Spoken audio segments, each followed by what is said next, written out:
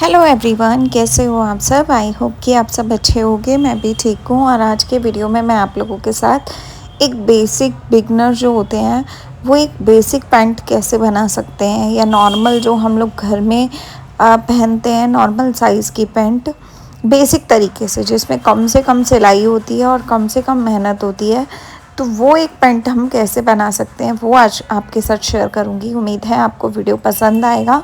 तो चलिए स्टार्ट करते हैं।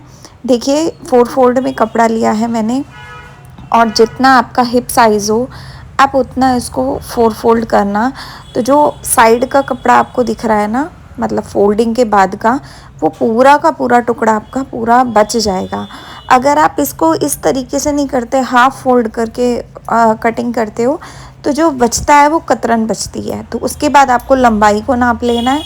उसके बाद यहाँ 2 इंच का मैंने यहाँ ऊपर का एरिया छोड़ा है, जिसमें कि आप इलास्टिक यूज़ कर सकते हो और नेफ़ा बना सकते हो। मैं नेफ़ा बना रही हूँ इस पैंट में।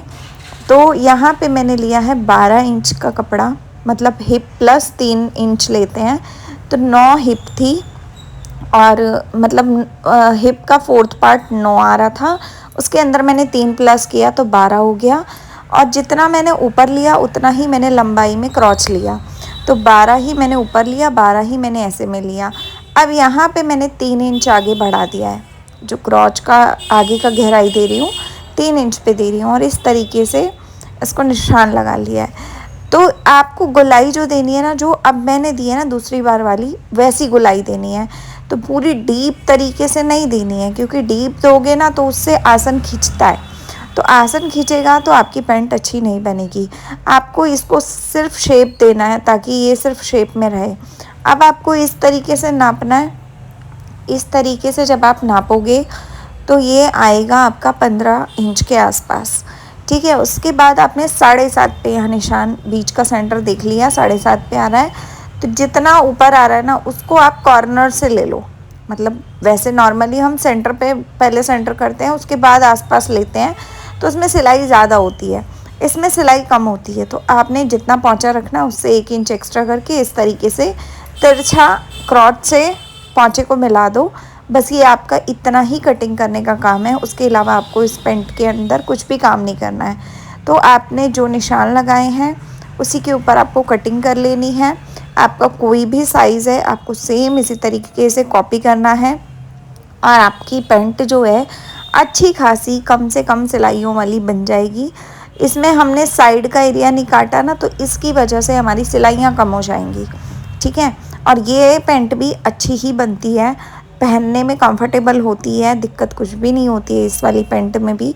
तो ये एक डिफरेंट तरीका है पैंट को कटिंग करने का। अगर आपको बिल्कुल भी नहीं आती ना सिलाई, तो आप घर बैठे अपने सूट सिलना चाहते हो, तो आप ये वाले तरीके से आप बिल्कुल बेस्ट तरीके से सिल सकते हो, क्योंकि इसमें ज़्यादा ना ही समझने की चीज़ है, ना ही आपको कन्फ्यूज़न होगा।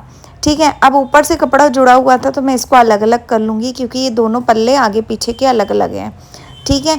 इस पल्ले में मैंने कोई भी कपड़ा ऊपर नीचे एक्स्ट्रा नहीं लिया।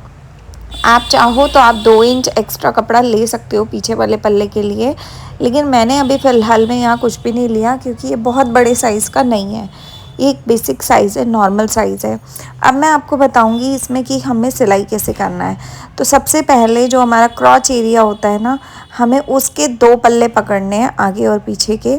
उसका आगे वाला जो भाग है वो अंदर की तरफ दोनों का रखना है, और इस तरीके से क्रॉच एरिया को दोनों को बराबर रख के और आपको क्रॉच एरिया पे सिलाई लगानी है।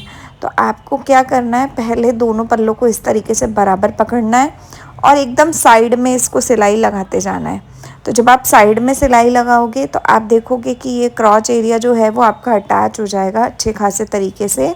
तो जब ये अटैच हो जाएगा, इसके ऊपर आपको डबल सिलाई कर लेनी है ताकि आपका ये डबल हो जाए। और जब ये डबल हो जाएगा तो काफ़ी अच्छा दिखता है फिर ये, और सिलाई भी नहीं खुलती है बार बार, तो आपको कुछ भी दिक्कत नहीं आती है इसमें। ठीक है। तो आपको कुछ इस तरीके से इसको सिल के रेडी करना है। ठीक है।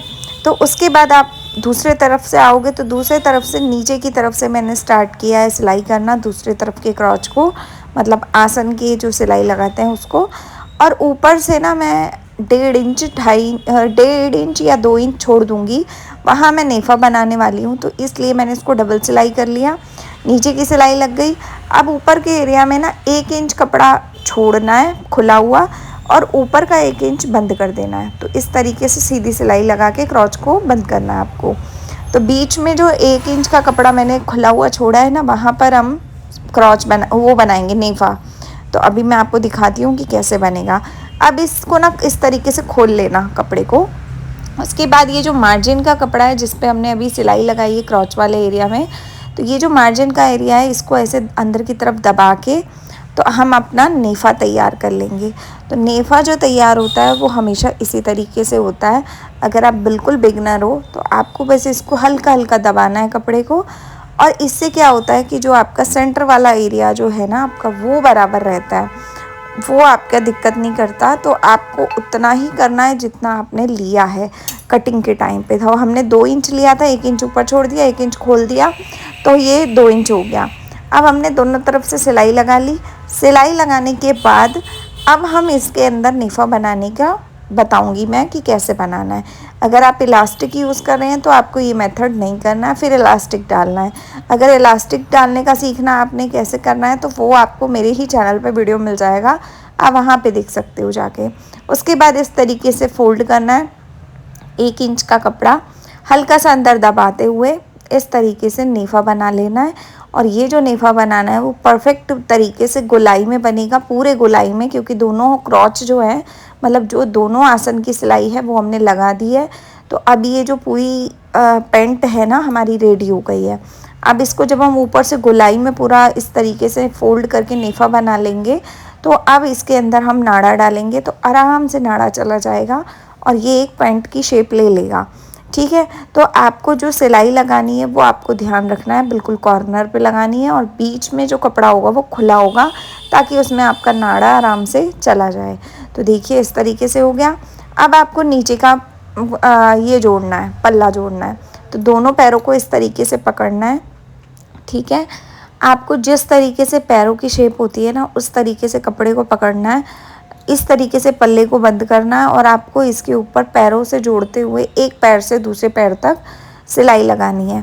बीच में आपका आसन का एरिया आएगा, आपको उसको भी अच्छे से कवर करते हुए बराबर रखते हुए दोनों आसन की सिलाइयों को बराबर रखते हुए इसको सिलाई लगानी है। तो ये दोनों पैंट के पैर जो हैं वो जुड़ जाएंगे आपस में और इससे आपकी पैंट काफ़ी मजबूत हो जाएगी।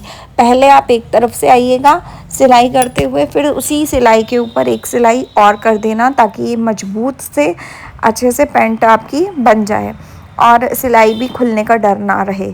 तो इस तरीके से आपको पूरा आसन के ऊपर से घुमाते हुए दूसरे पैर तक जाना है और पूरा सिलाई को उतार लेना है। यहाँ पे आपको धागे को कट कर लेना, उसके बाद बनाना है पौंचा। तो इस वाली पैंट में ना पौंचे का कपड़ा मैंने बहुत ही कम लिया है।